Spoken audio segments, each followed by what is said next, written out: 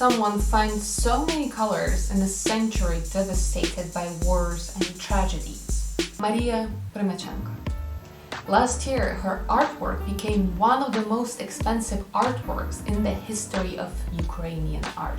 A painting titled "The Flowers Bloom Next to the Fourth Reactor" was sold for $500,000 in a charity auction.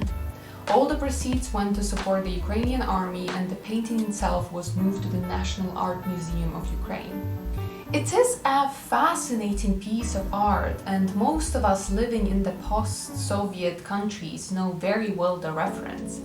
A bunch of scary flowers that have grown eyes, teeth, and tongues are a reflection of a devastating tragedy that occurred only 40 kilometers away from Maria Prymachenko's house.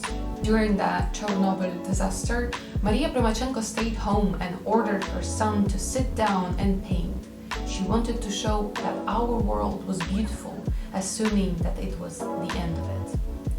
You can actually see I included a depiction of it in the corner because unfortunately in our modern times it's still a relevant concern. Somebody who has survived the disaster, Maria Prymachenko, was very vocal about such issues. She even created a painting directly targeted towards Reagan when he was president, mocking and urging him to reconsider the use of nuclear weapons. In her later works after the disaster, her animals and plants often become unusual mutated colors or grow 100 years as she reflects and continues criticizing the awful tragedy. I actually have a personal story to share which involves not just Maria Prymachenko, but the perception of her that was relevant for a very long time in the Ukrainian culture. One day on my way to work, I was in the subway, and it was when I also started painting. I was just a very young artist, really not sure what I was doing, where I was going with all of this, and what I should even do. And my artworks looked very weird and strange. And if you've seen my video where I talked about my 1-year progress in art, you can definitely understand what I mean. I knew that my artworks were quite different from your usual beautiful piece of art. And when I saw like the colors of her paintings, just immediately caught my eye. It was actually an organization that was trying to raise awareness of Ukrainian art, and one of the campaigns was showing Maria Prymachenko, and they showed little replicas of her paintings, and I felt so drawn to them, really. I'd seen it before, absolutely. We study Maria Prymachenko at school, but seeing seeing it in such a setting, so bright and vibrant and alive in a dimly lit, stuffy subway car was an experience, definitely.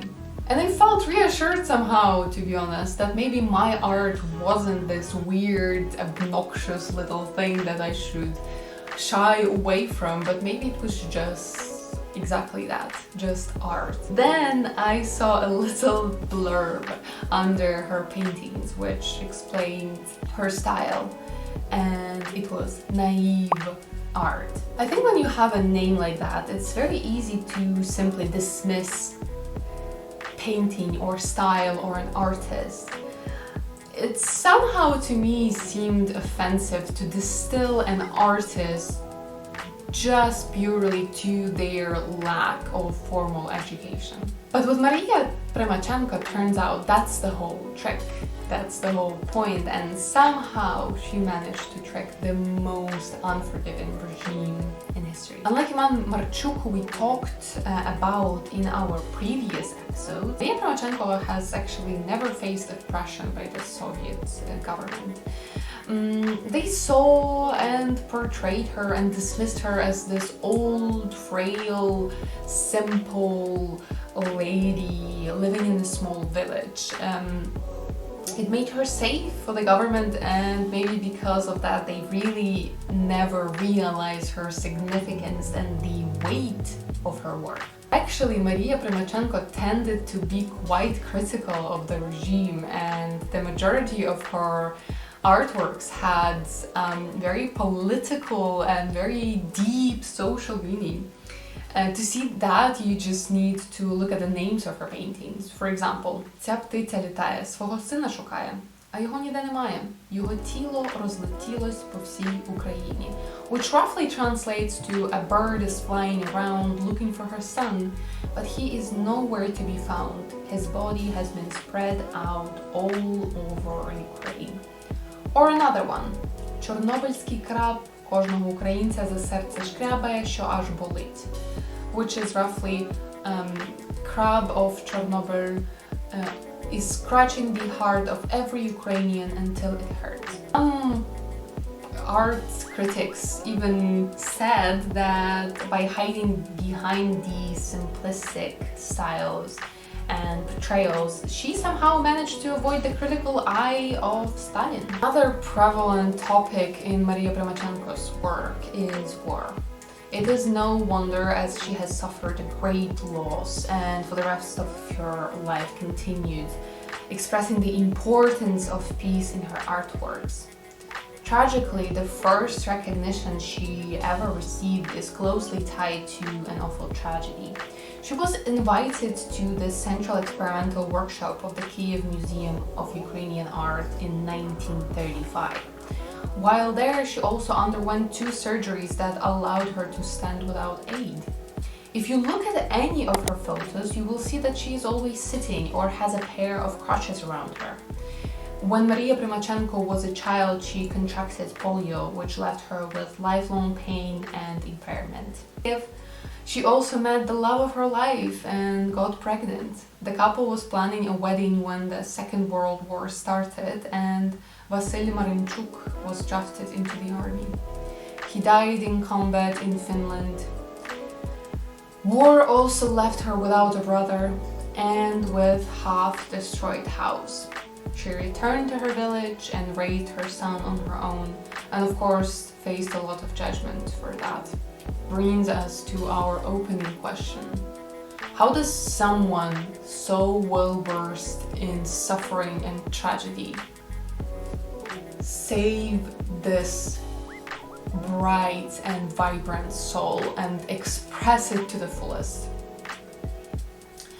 Frankly speaking, I don't know, but from personal accounts of what I've read about her, she was always lively, she always liked guests, she liked to entertain, she was always happy to see, to invite people in, to host people, and she always was making some art, some type of art. Paintings were not her only medium, and a lot of people talked about how differently she just saw the world in general. There is a quote where she talks about that she looks at the floor and she sees a person and she sees a leaping horse, because that's just how her mind worked, constantly seeing and expressing some sort of her universe, some sort of her artistic expression of the world around us. And the colors also are incredible. They, like, as I was when I was painting this portrait, that's definitely was one of the most enjoyable experience. I love colors, I love making vibrant paintings, I truly do, but Maria Prymachenko is definitely special because her artwork is just so vibrant, so powerful, so intricate. You just can't look away, and when you know what she's been through, and when you know that almost all of her artworks do hold a certain political or social meaning, and they try to communicate her own perception of reality and how she saw the world around her, I think it makes it even more special. I think she is the best example of resilience. when I started reading about her, when I started discovering the century that she's lived through was one of the most devastating in all fields and all areas of life. And somehow she continued making artwork that was vibrant and alive and happy. And even when Chernobyl catastrophe happened, she also sat down to make art because she still wanted to show anybody who survives after that, if that was the end of the world as she believed it was, that somebody would look at this and know that the world was beautiful, and that people who lived before that loved the world. And I think it's incredible. And I definitely developed a personal connection with her while making this painting, because I was also going, like, this whole year was a hard experience, but especially the period when I was working on her portrait was one of the hardest periods of my life. And knowing that a person existed somewhere on this timeline of our universe who managed to survive not just physical impairment and being in constant pain, but also every other tragedy that was not personal but still bestowed upon her, made me feel reassured, made me feel like I can also get through everything. Not everything, but I can get through it. I can survive, I can move past all of this, I can do it. If she could, so can I.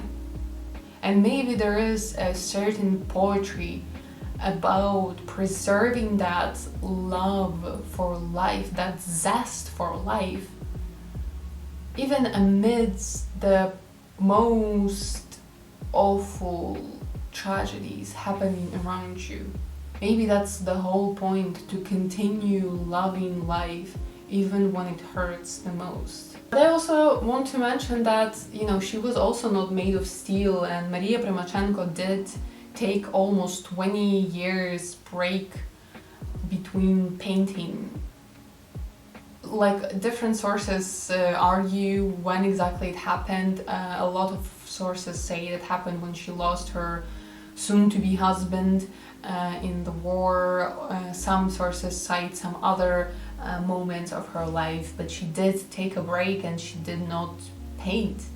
And for various reasons, but she came back to it, and I think that's probably even more inspiring, knowing that yes, the world can bring you to your knees, but that doesn't mean you have to stay there, and you still can rise above it. Well, I have to say that I am in absolute awe of this person. It's been an honor to make her painting, to study her, to discover more about her. It's been an honor to also know that somehow we share a heritage and we are from the same culture, and it just made me so proud to share that. And yeah, I definitely learned a lot about resilience and about perseverance and about just loving life even when it seems like life really doesn't love you back. There is a certain value in that. Yeah. To be honest, I can talk about her forever. I think I will make a few more videos about Maria Prymachenko, we'll see. But I thank you very much. It's been Ukrainian Depth series. I'm Katarina, yes, at the ending. If you want to watch actually the previous one we talked about, Ivan Marchuk is also incredible. Please click here to learn more about Ivan Marchuk, and I hope to see you next time. Bye!